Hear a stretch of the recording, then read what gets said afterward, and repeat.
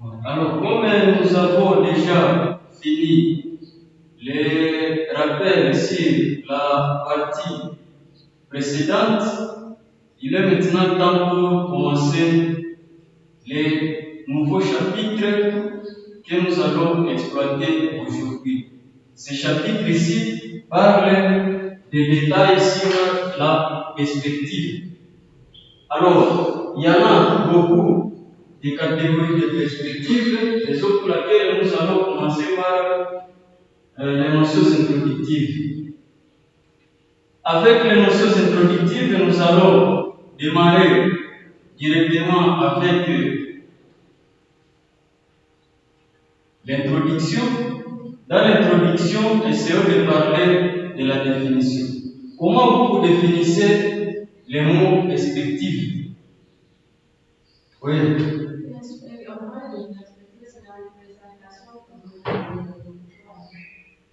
La représentation orthogonale des trois vies. La représentation à trois dimensions. Oui.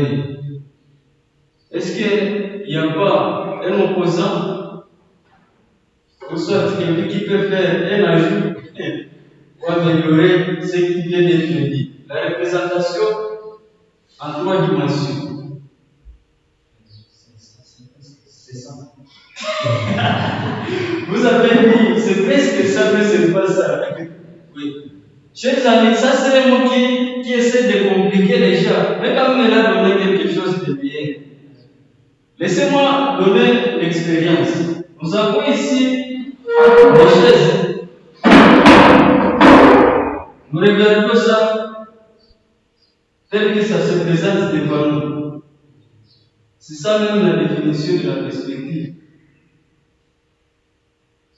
Une perspective, c'est la manière dont se présente un corps devant l'observateur. La façon dont l'observateur regarde un corps vu de loin. Ça, je fais quoi? Je précise, vu de loin. Bien sûr, il va observer le corps suivant combien d'axes? Suivant trois axes. Il y a l'axe des ailes, qu'on appelle axe des côtes, l'axe des X et l'axe des Y. Voilà. Ça, c'est elle la définition de quoi? De ce qu'on appelle la perspective. Bon, j'ai essayé de synthétiser ça de la manière suivante. Une perspective est l'aspect qu'ont divers corps vit de loin par rapport à l'endroit où on les observe. Voyez, un corps vit de loin. Dès que vous vous approchez de ce corps ici, vous voyez que ça change de dimension et ça change la manière d'être aperçu. Donc cet aspect, c'est ce que nous appelons maintenant quoi? La perspective. Avec ça, nous avons besoin de connaître beaucoup de détails. Chers amis, essayons de nous concentrer pour que nous puissions analyser ces chapitres avec beaucoup d'attention. Pourquoi faire une perspective d'un corps?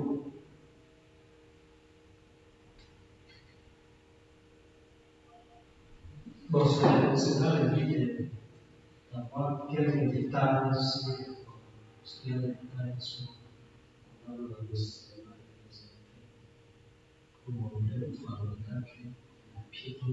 la vraie forme.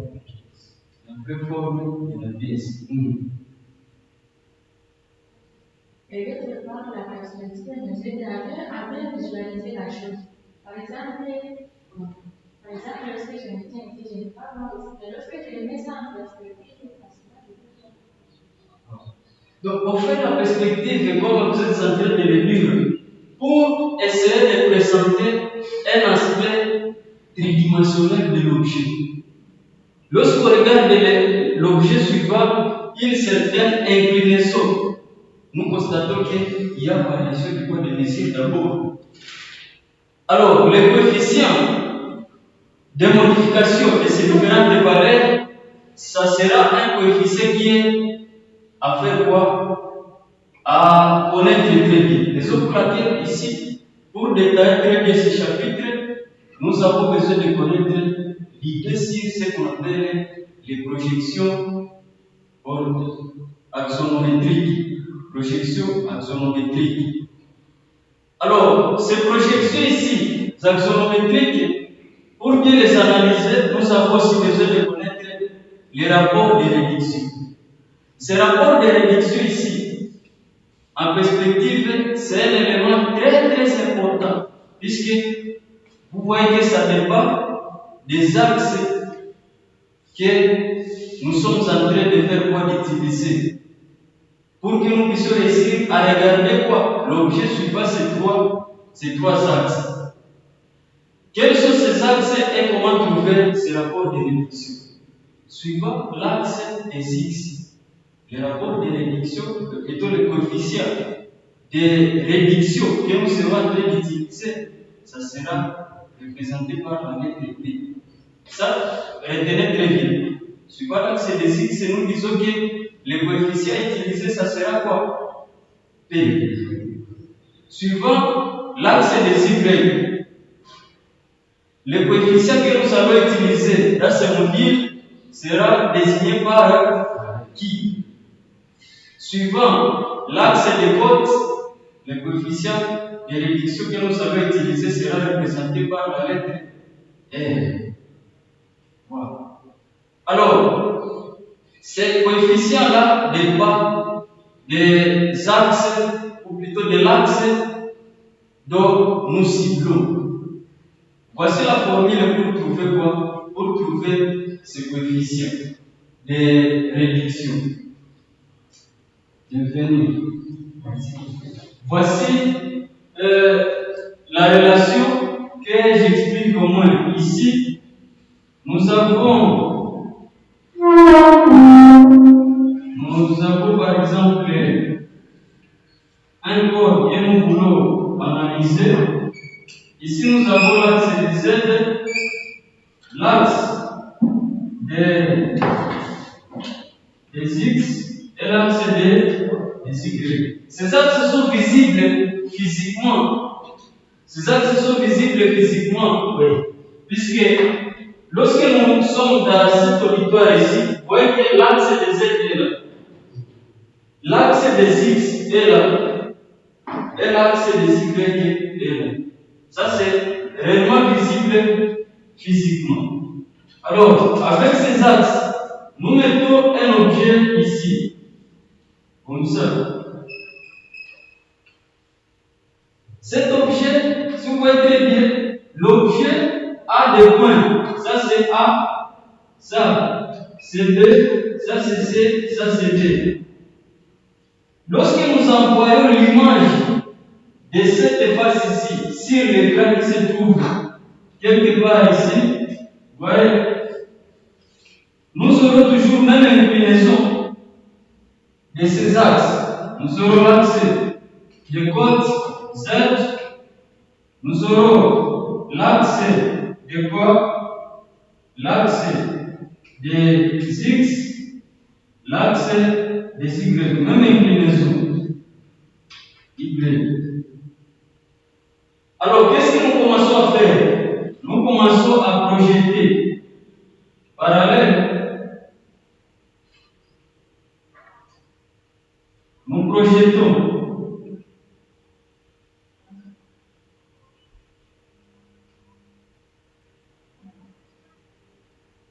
parallèle. Nous venons ici. Vous voyez que ça touche ce point et l'autre est là. Nous faisons ça. Nous venons ici. Nous inclinons la droite parallèle à celle-ci sera considérée après avoir pris cette mesure. Nous inclinons comme ça. Nous venons ici et nous faisons ça. Ici, nous avons le point A, mais en arrivant ici, ça sera l'image. Ici, ça sera l'image. Là, nous aurons l'image de C, là, nous aurons l'image de D. Alors, pour trouver, si c'était un corps à 3 dimensions, donc on aurait à faire quoi? On aurait ajouté, on aurait ajouté quoi? D'autres mesures ici. Et là, on va réaliser toujours la même chose ici aussi comme ça. Là, on a projeté et on voit que c'est la même chose qui se trouve ici. Mais les différentes grandeurs de cette image vont dépendre de la distance qui sépare l'observateur à quoi? Au corps. Ça, c'est réel. Quand vous avez étudié la physique optique, ça, vraiment, c'était compréhensible. Ouais. Alors, nous disons que les rapports de réduction maintenant, comment on les trouve? Pour le cas de l'axe de quoi de Z, ici nous avons dit que le coefficient utilisé c'est quoi? C'est R. R. Donc ça va dépendre de l'image si dans le sens de l'axe de Z, si, qu'est-ce que j'ai dit? L'élément réel, si le Z ici, divisé par l'image qui a été récupérée. Quand je suis en train de dire ça, vous voyez ici, il y a l'axe de Z. Donc nous aurons A, plutôt c'est A, C, A prime, C prime sur quoi? Sur la réalité. A, C. C'est comme ça qu'on trouve les coefficients de quoi? De réduction. À quelque sorte, c'est un rapport. Quand on parle des rapports, soit les rendements d'une machine, les rendements d'une machine, en vrai dire, c'est-à-dire quoi? C'est prendre les résultats auxquels vous étiez en train de vous attendre. Si les résultats que vous venez, qu'est-ce que j'ai dit? Les résultats que vous venez, auxquels vous étiez en train de vous attendre, et les résultats que vous venez de trouver. Les résultats que vous venez de trouver. Je prends un exemple, c'est le contraire de ce que je vais le dire. Je prends un exemple clair. On peut vous demander de faire quoi vous pouvez vous fixer dans la vie pratique, vous pouvez vous fixer un objectif de lire ce module ici pendant 3 jours. C'est ça ce que vous fixez comme objectif. Mais vous finissez ça, par exemple, après 2 jours. Pour trouver le rapport ou les rendements, vous allez faire quoi? Vous allez prendre les 2 jours sur 3. Et à un moment donné, qu'est-ce qu'on dit? On dit que le rapport ici, surtout pour les cas de machine, même dans d'autres domaines, les rapports ne dépassent pas 1. Si c'est au maximum, vraiment c'est 1, les rapports de réduction. Nous voulons réaliser une centrale qui va nous fournir de l'énergie, soit une centrale solaire, soit n'importe quelle centrale. Nous allons nous fixer des valeurs. Disons, nous voulons obtenir un résultat notable. Mais la vérité, ce n'est pas ce que vous allez obtenir. Les techniciens le savent vraiment, puisqu'il y a ce qu'on appelle le siège de quoi d'anomalie. Donc, dès que vous fonctionnez avec les machines, vous voyez qu'il y a des frottements, il y a des scores comme ça. C'est ce qui laisse à ce que nous ne puissions pas aboutir à 1. Alors, voici la formule que nous venons d'expliquer d'une manière ou d'une autre pour trouver les coefficients de réduction à utiliser. Voilà. Ici, il y a la classification des projections axonométriques que nous devons maîtriser. Ça dépend des critères très importants. Ça dépend des critères très importants. Vous voyez ici, cet objet, nous pouvons aussi le référencer sur cette surface qui est ici en bas. Dans ce cas, qu'est-ce que nous allons faire? Nous allons projeter ce corps ici en bas comme ça. Nous allons faire ça. Nous allons faire ça comme ça. Nous allons faire. Alors, pourquoi nous sommes en train de faire cette représentation ici en bas?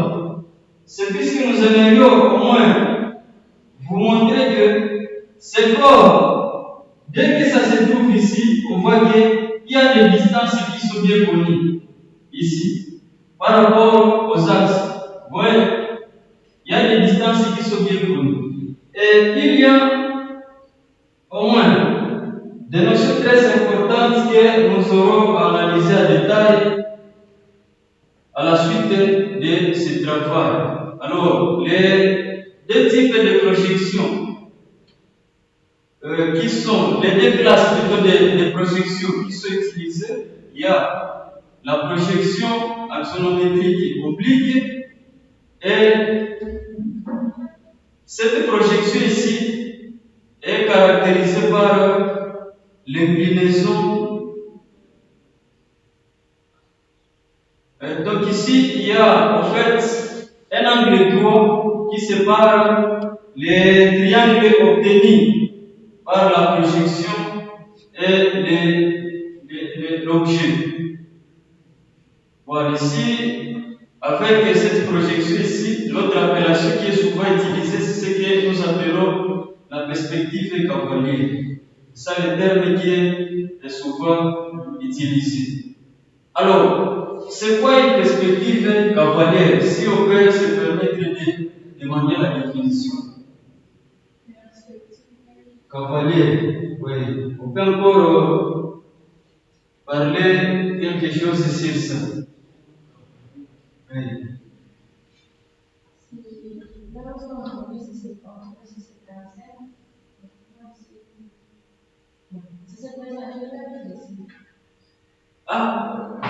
Pour définir, vous voulez présenter. Donc, vous avez donné la définition de la perspective. Étant comme l'aspect que présente un objet vu de loin par un observateur. Alors, la perspective est cavalière. Cavalière. Les amis, ce n'est pas une guerre, mais ça, comprenez que c'est une projection parallèle oblique de l'objet sur une surface, plutôt sur un plat qui est parallèle à la face principale de l'objet. Là, je comprends que tout le monde ne comprend pas cette définition. Ici, nous disons que la perspective cavalière, c'est une représentation d'un objet. Et dans cette représentation, nous aurons les plats parallèles à l'écran. Alors, je pense que ça va même d'aller trop loin. Nous pouvons essayer de voir l'avantage. Peut-être que ça va encore accentuer ce que nous voulons dire afin de donner la représentation qui sera faite par un volontaire, ou soit que nous allons faire ça ensemble.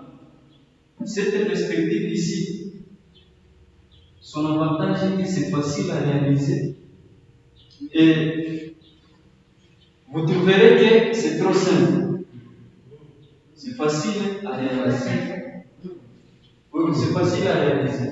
Vous allez quand même trouver que c'est normal. Facile à réaliser. Alors, oui. Cette perspective ici présente va aussi être positionnée dans la nature. J'ai bien souligné qu'il y a deux faces qui sont parallèles à l'écran de projection. Voyez, l'objet est là. Notre écran, supposons que c'est le tableau. Pour faire cette perspective cavalière ici, nous aurons bien sûr besoin de trois axes. Nous allons faire quoi?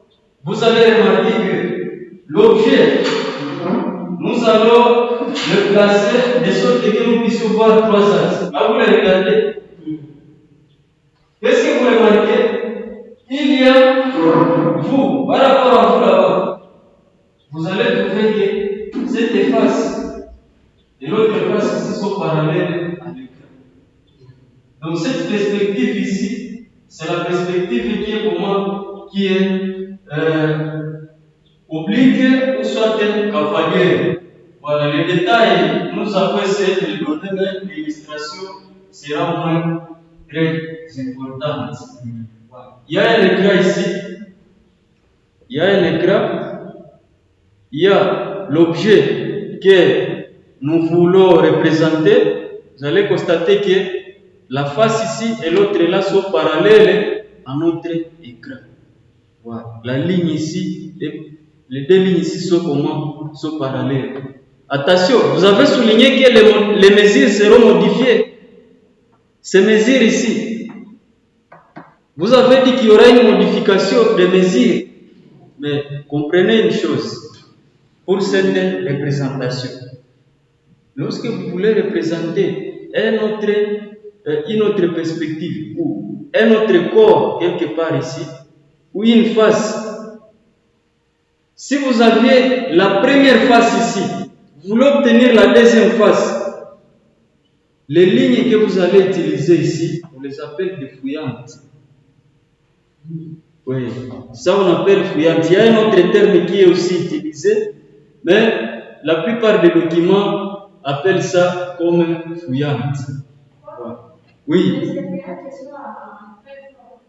Moi, je savais que les fouillantes sont par exemple les coordonnées utilisables dans la pour la projection.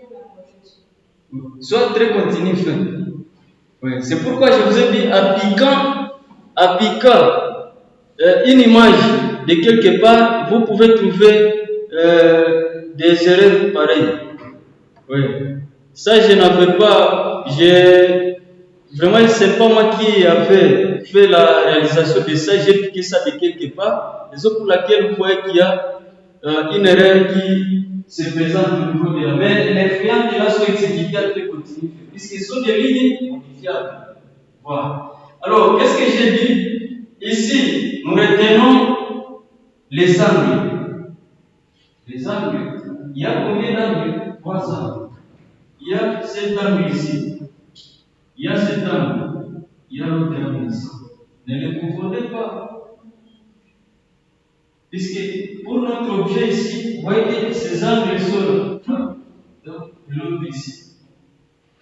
Donc, on peut les incliner n'importe comment. C'est pourquoi ici, il y a beaucoup d'exercices. On peut vous donner un travail qui est comme ça, qui est représenté comme ça. Vous voyez qu'ici, il y a un angle droit. On peut vous dire d'enlever. Qu'est-ce que j'ai dit? Ici, il y a un angle droit, bien sûr. On peut vous dire de décaler ou de tourner ce corps ici vers un angle quelconque avant de faire la recherche de vie ou avant de faire quoi? Avant de faire la perspective de quoi? De ce travail. Je peux vous demander de les tourner d'abord. Là, vous saurez comment les tourner. Ici, je disais que nous parlons d'abord de l'angle. L'angle qui pourra exister entre les plats de projection et l'objet, c'est un angle. Il y a maintenant l'inclinaison que nous pouvons donner à quoi? À notre corps. Pour cette perspective, le corps sera représenté par exemple comme ça.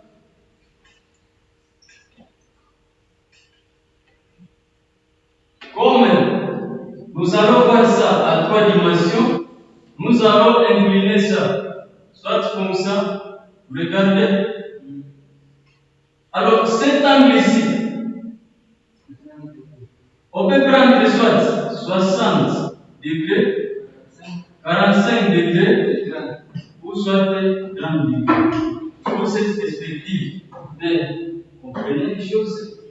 Ça, ce sont des angles qui avaient été trouvés par les grands mathématiciens.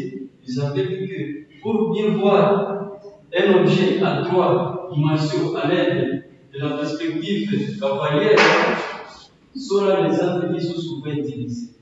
Mais retenez que cet angle doit être inférieur à 90 degrés. C'est ce qui est dit par le premier paragraphe là-bas. Oui, puisque vous pouvez prendre même 20 degrés, ça sera toujours la perspective cavalière ou la perspective axonométrique oblique. Voilà. Je pense que là, on vient de se comprendre. Et vous pouvez incliner l'objet comme ça.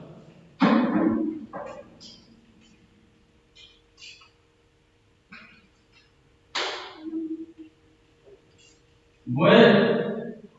Donc, l'inclinaison vraiment peu importe, ça, l'essentiel est que nous puissions trouver quoi? Nous puissions trouver un angle qui se présente au niveau de. Alors, les coefficients de réduction. Ici, comprenez que les mesures ici, de face parallèle, ne se modifient pas. Sauf les mesures qui seront ici sur des friandes sont celles qu'on modifie à l'aide des coefficients qu'on appelle K. Le coefficient ici est égal à 1,5. Ce coefficient est de combien? 1/2. C'est-à-dire, si nous avions par exemple un carré que nous voulons représenter, un carré dont le côté est égal à combien? Est égal à combien? Par exemple, vous prenez combien? 10. Dites 10. Voilà. Pensez pour les fouillantes, bon, la formule est là. C'est comme ça que j'avais représenté ça. Vous prenez la longueur réelle multipliée par le coefficient de réduction ou la mesure réelle, et ainsi de suite. Dites un carré de 10. Il ne sera pas peur. Prenons même la distance ici.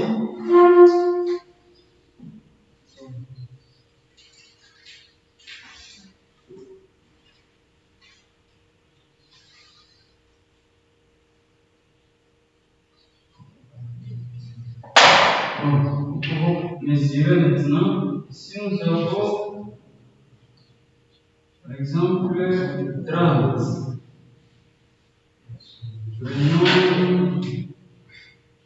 Prenons 20. Regardez, nous avons 20. Ici, nous mesurons aussi combien? 20. Là aussi, c'est la même chose. Donc ici, nous allons monter comme ça.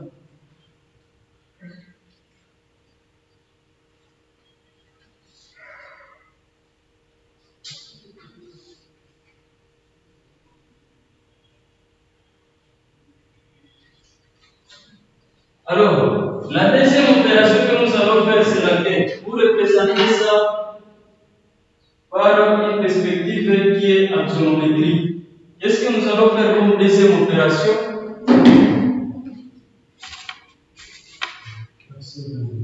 Nous allons tracer l'angle. La droite est inclinée. Nous sommes ici, là où il y a 90.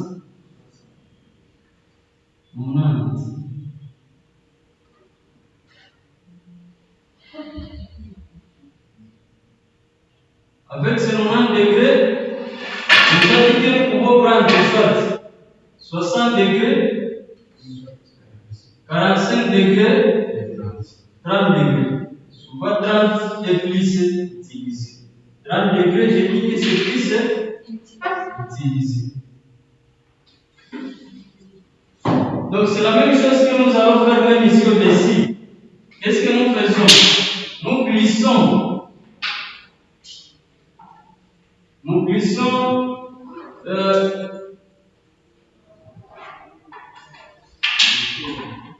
la mesure ici. Là, regardez au fait. Nous glissons ici comme ça. Oui, pour trouver la droite parallèle à celle-ci. Faisons ça.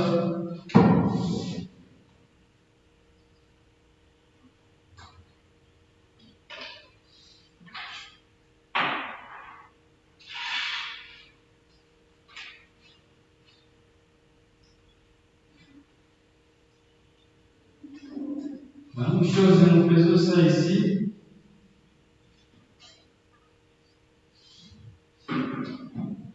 Et puis nous commençons la réflexion que nous dit la norme de cette perspective. Dit que la mesure ici sera égale à quoi? Sera égale à la mesure réelle multipliée par 1,5. Qui parle de 1,5, il dit directement quoi? 0,5. Ici, nous avons pris combien? Nous avons pris 20. Donc, ici, nous allons mesurer combien? Nous allons mesurer 10. Nous venons ici pour mesurer 10.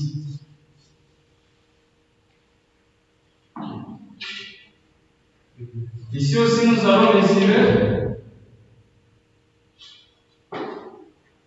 10.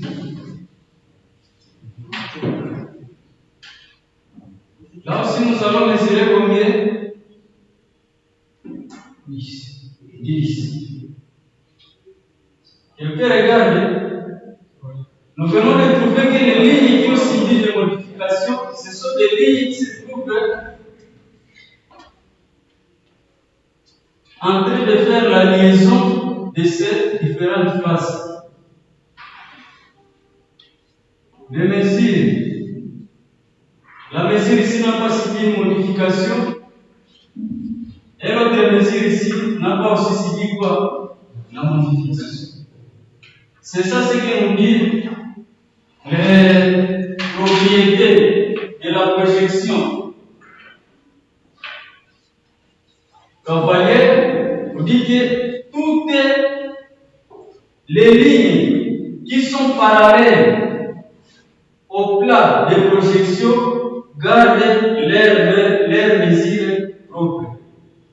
Donc, vous voyez, ça c'est parallèle. Ça c'est parallèle. Mais tout ce qui est incliné doit subir quoi?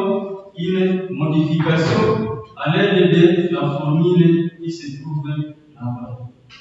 Je passe, quelqu'un vient de regarder ce qui se passe au niveau de cette projection. Quelqu'un vient de regarder où ça tient une question. Ici, il y a au moins les détails sur les éléments utilisés dans la formule et il y a un exemple de quoi? De la représentation en perspective axonométrique. En disant que cet angle ici, c'est l'angle qui doit être compris ou qui peut être inférieur à combien? À 90 degrés. Les Y ici, pour notre image, c'est la mesure qui va subir quoi? La modification. Je ne sais pas s'il y a une question ici avant de passer à quelques propriétés ou quelques remarques. Je ne sais pas s'il y a une question à ce niveau ici. C'est compréhensible, hein? Voilà. Donc nous pouvons avancer et nous essayons de faire quoi? De donner les projections, les propriétés de la projection cavalière. Retenez une chose. En perspective cavalière, toute figure contenu dans un plat parallèle au plat de projection se projette après, c'est ce que nous avons dit. Ça garde les mesures propres. Deuxième propriété, les droites qui sont perpendiculaires au plat de projection se projettent obliquement parallèle au plat de projection. Ce qui est là, le fouillante que nous sommes servis, nous avons vu que c'est au moins perpendiculaire et ça suffit pour le coefficient de réduction. Troisième propriété, pour obtenir une meilleure représentation, nous avons dit que nous devons utiliser un coefficient de réduction de combien? De 1,5. Voilà, ça c'est très important. L'angle là, nous en avons déjà parlé en disant que c'est un angle qui doit être inférieur à combien? À 90. Alors, il y a ce que nous devons retenir. Nous aurons besoin de représenter la perspective de certaines figures. Alors, la perspective cavalière d'un carré nous donne un parallélogramme. Regardons ici, pour un carré,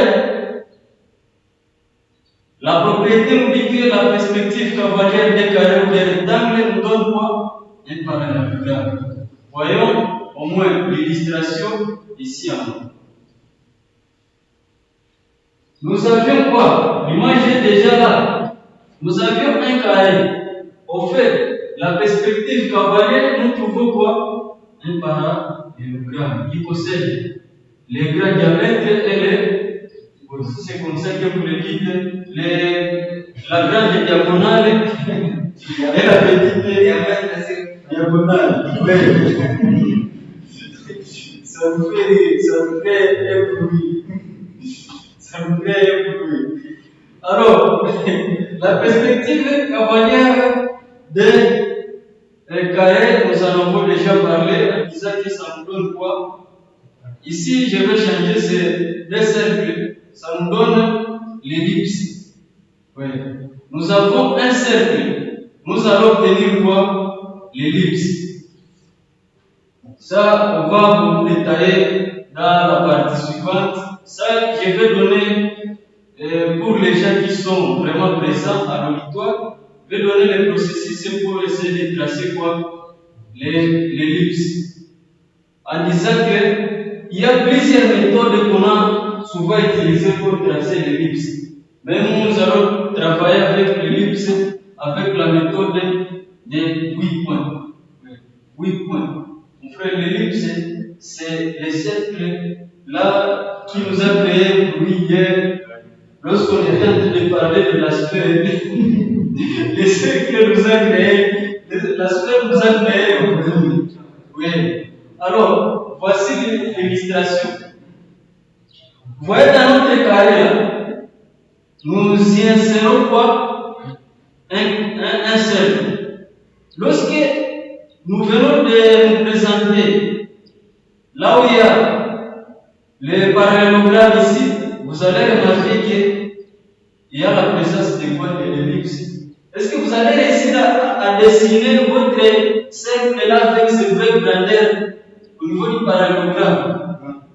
Bon, si vous êtes soit un magicien, bon, peut-être que vous pouvez tenter masquer les yeux des gens. Pour la sphère, ici je me suis dit, il est important maintenant de représenter la sphère, puisque ça nous a créé un bruit. La sphère est visible suivant 3 plats. Il y a les premiers plats ici. Ouais, il y a le premier plat ici. Il y a le deuxième plat ici. Et il y a le troisième plat ici.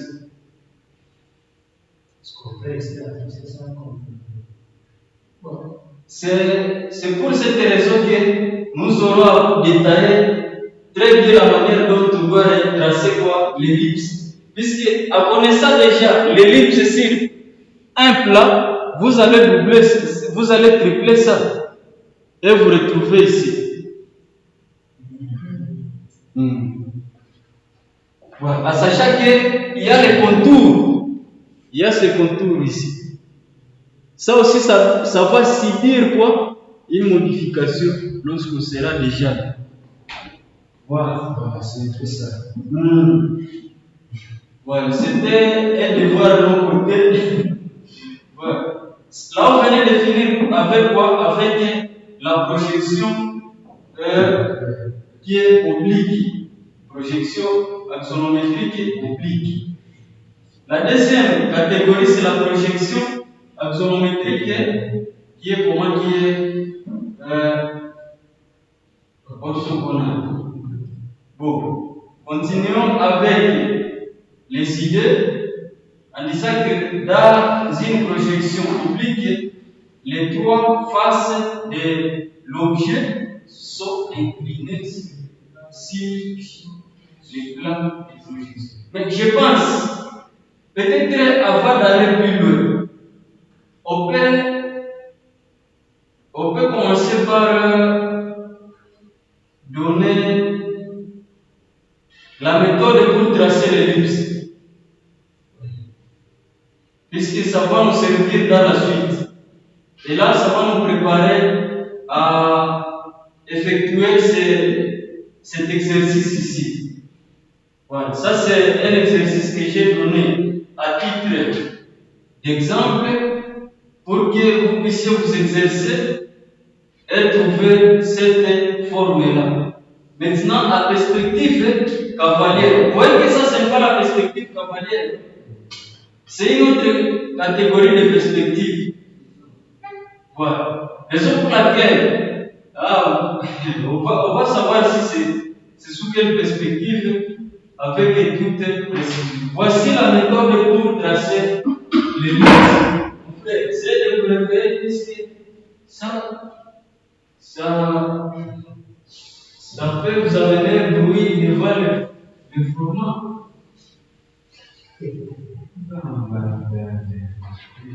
Ça peut amener un bruit devant le format. Bon, je n'avais pas nettoyé. Faisons toujours la même représentation. Mais nous essayons d'augmenter quoi? La dimension de ce travail pour que même un aveugle puisse se retrouver. Ah, c'est bon. Donc les gens qui ne sont pas là puissent aussi regarder. C'est ça la différence même entre voir et regarder. Il faut voir, il faut regarder, mais il ne faut pas voir. Bon, ici, nous pouvons prendre, avec 30, vous allez regarder. Prenons 40. Nous pouvons prendre 40. Oui. Vous êtes sûr qu'avec 40, cette demoiselle a déjà échappé. Il faut serrer ça ici à côté.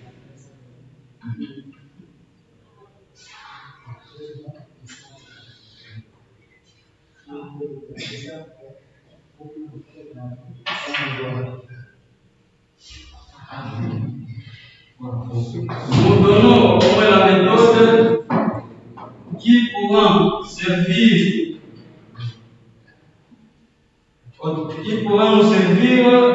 au traçage de quoi? De l'ellipse.